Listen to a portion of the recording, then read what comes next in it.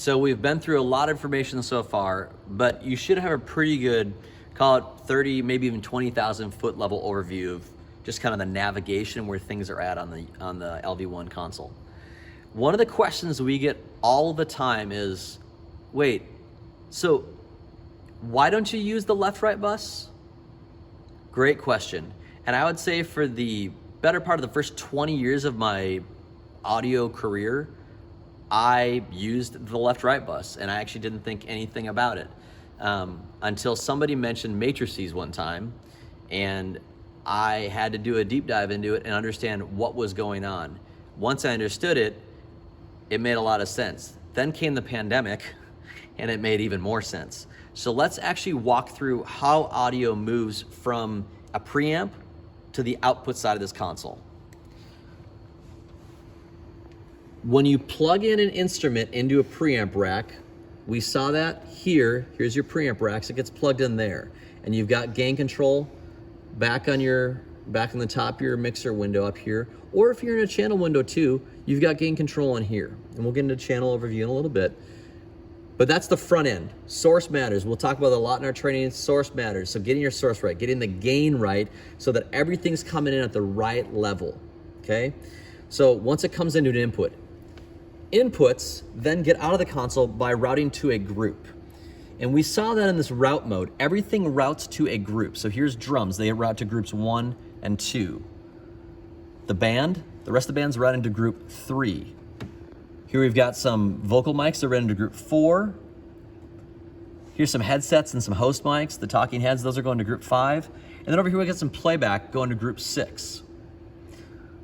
Those correspond to the 8 groups that are in your console. So our inputs move to groups, and they're in buckets. Think about groups as mixable buckets, but the buckets are, in this case, all of our drums, and we do this in 2 different ways so we can get some parallel compression on our drums, which really helps drive impact in smaller PAs, most importantly. Then band, vocals, speech, playback. Those are the ones that we kind of talked about in our when we walked through these layers, groups 1 through 6. You've got some more groups. If you want to do something creative with them, there's still capability that is untouched in this console.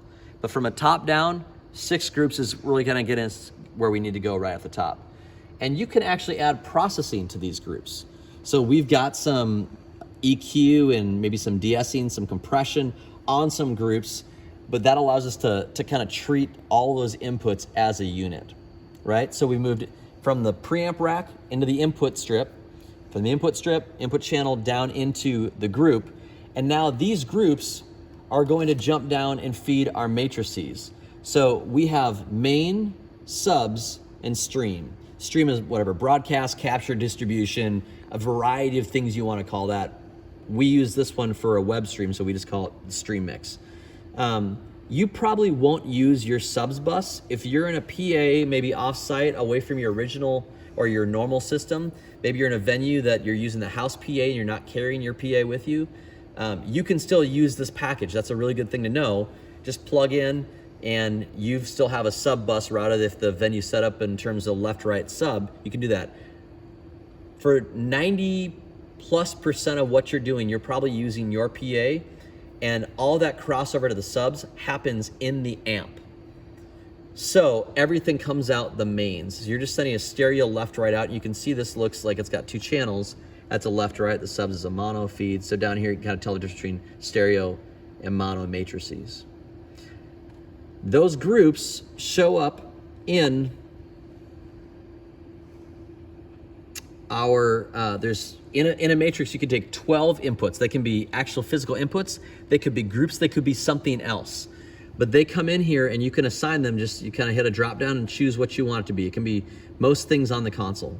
So we've got our 6 groups coming in here. And then I'll talk about why we have effects returns on here later. And then if maybe you wanted just a pass-through channel because you want to double it or something, you want to have something direct into this group. You can still do that. You can have a direct input direct into here. We use basically just the top 6, and the relationship of them is what's hitting the PA.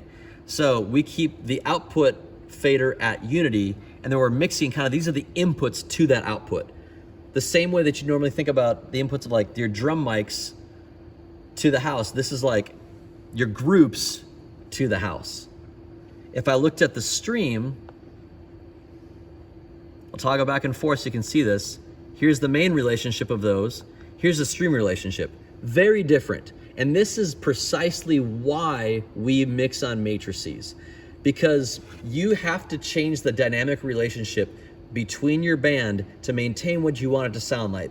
This allows you to basically get a broadcast console, a lobby console, a monitor console, a front of house console, all in this one package. So you're getting a tremendous amount of value within this one system.